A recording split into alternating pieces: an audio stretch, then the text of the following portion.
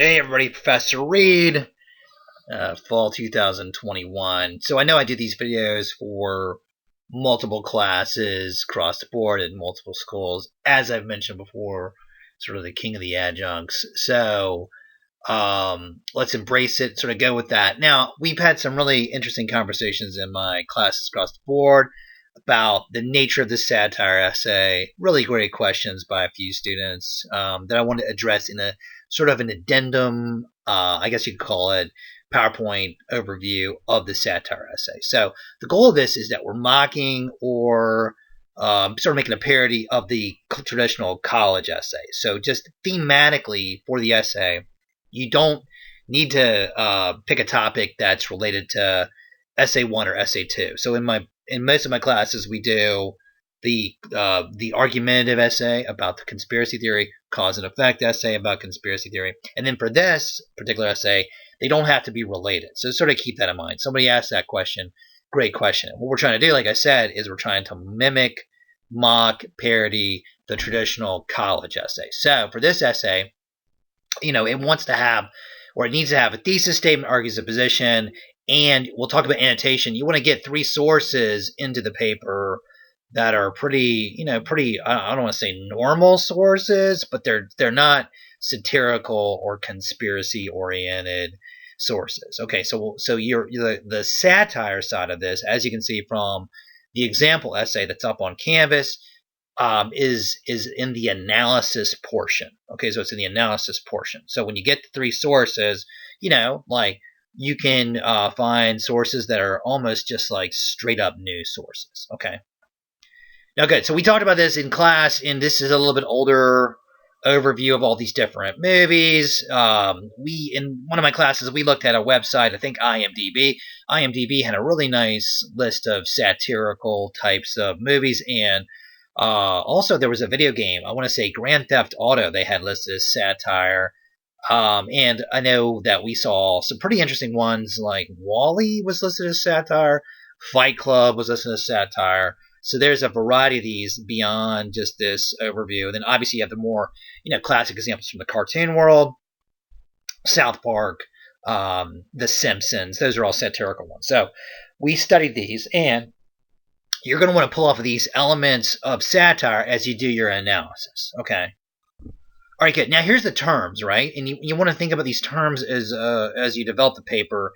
And this gets a little bit tricky, but the goal of this is to try to make fun of a college essay while still writing a good college essay, if that makes sense. And what we added to this specific satire essay is a counter-argument rebuttal, which we'll talk about in a few seconds. Okay, so these elements of satire is what you want to focus on. Now, you can have sarcasm, you can have irony, you can have exaggeration, juxtaposition when you compare 2 different things, ridicule, and I would say the list of satirical devices or elements that you could have are pretty complicated, and they can sort of like cross over a little bit as well. So don't think of this list as being necessarily like limiting. And here's a couple more. Parody, incredulity. So these are all like elements of satire that you can use to develop your sources. Now, as a few people discussed in the class, there is a genre of satire called dystopia, sort of a parody of a utopia. I think a really good example of that's going to be 1984. So the idea of that is that was an essay, that was a book that was about sort of this world that mimicked political themes of the time. I want to say that Orwell wrote it as a critique of the Soviet Union at the time. But I'm not a literary expert, but I sort of think that that's sort of a totalitarian type of society.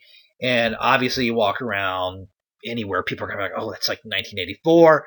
So, like, it did get into the common vernacular of the general public. You'll hear people all the time going, "Oh my God, it's like 1984." So, like, that one is an example of a satire piece that's not comical, trying to think if it has. I don't think it has any comedy to it per se, but it does sort of like that is the theme of that book. So like I would say, dystopian elements could be a part of a paragraph, or theoretically, it could also be like the theme of the whole essay. So it's a little bit different, but I would say look at the example.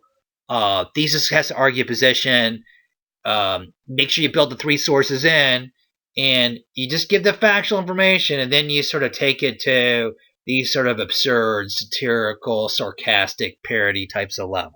Okay, and you can see that in the example essay that's up. It's about COVID, and sort of about like the idea that like some of these online, Amazons of the world sort of created COVID in order to make, like a master business plan. And you could see that the thesis is arguing a position, but in a satirical type of way. Okay, so I think the biggest point to sort of take away from this is that you're not trying to find, sources that are conspiracy oriented. You're trying to find them that are more like neutral, or maybe from a more trusted news source, and then you're trying to take your analysis to like sort of an extreme. And through that process, you're going to try to create like a form of conspiracy. So to me, the beauty of the course is that we looked at, we put a conspiracy on trial, then we looked at causes and effect in a real neutral, sort of research-oriented way. And then we go into this one, which is more, on the creative side. I enjoy, the idea of comedy, right? And then we're also parodying a essay that we'd write in college, but we're at the same time we're highlighting our skill as writers. And this is sort of culminative. I mean, it's not a final exam, but it's sort of culminative. You're taking these ideas and you're trying to develop them. Now, you're also trying to create a conspiracy type feel to it. And through that process, you're trying to sort of like see how extreme some of these conspiracies be. I think that builds awareness. It's almost like we're going into like a parody sort of first person type of experience. Okay, so that sort of makes sense. I mean, some students write some really good questions. A few students came into class and it's blown away by the level of engagement with it. So this is sort of a newish essay I really enjoy. I used to do an essay on WikiLeaks, which, I feel like that was probably one that wasn't as successful in the past. But this is, so I've developed this, but I think it's a really good ending for the semester. And students do have a little bit of fun writing it. Okay. And here's a really comprehensive list. If you see there from a YouTube page, it's on, it's on the YouTube channel. I want to say it's a high school teacher that wrote a really good overview of satire. Okay, so these are the elements that you're going to use as you develop the essay and you develop those source materials. So remember, you still want a topic sentence, you want the source, but then you're going to develop it. And I would say, paragraph development's huge. So deadpan, that's sort of like when you don't really show your cards about something. There was a very famous comedian by the name of Stephen Wright, sort of deadpan. Slapstick, probably not going to use it as much, but it's a little bit more of a violent, like Tom and Jerry, if you remember the old cartoons there. Itchy and Scratchy. Itchy and Scratchy on The Simpsons were like a parody of Tom and Jerry. Okay, and then you have Juxtaposition, where you're going to compare things. A foil is sort of an opposing standpoint. We talked about utopia, dystopia, parody, hyperbole, sort of exaggerating something, understatement, and anachronisms. Okay, so you're taking like a classic essay that you'd have wrote in college at some point, maybe in high school, and your analysis is going to use these elements. And there's the videos online you can watch to get a sort of a better feel. Okay, and I would say this: most people are going to go towards that Horatian versus Juvenalian. I'm going to probably go a little bit more Juvenalian on terms of their satire, a little bit more extreme. Okay, all right, good. So here's like the overview. Somebody, we read this in class.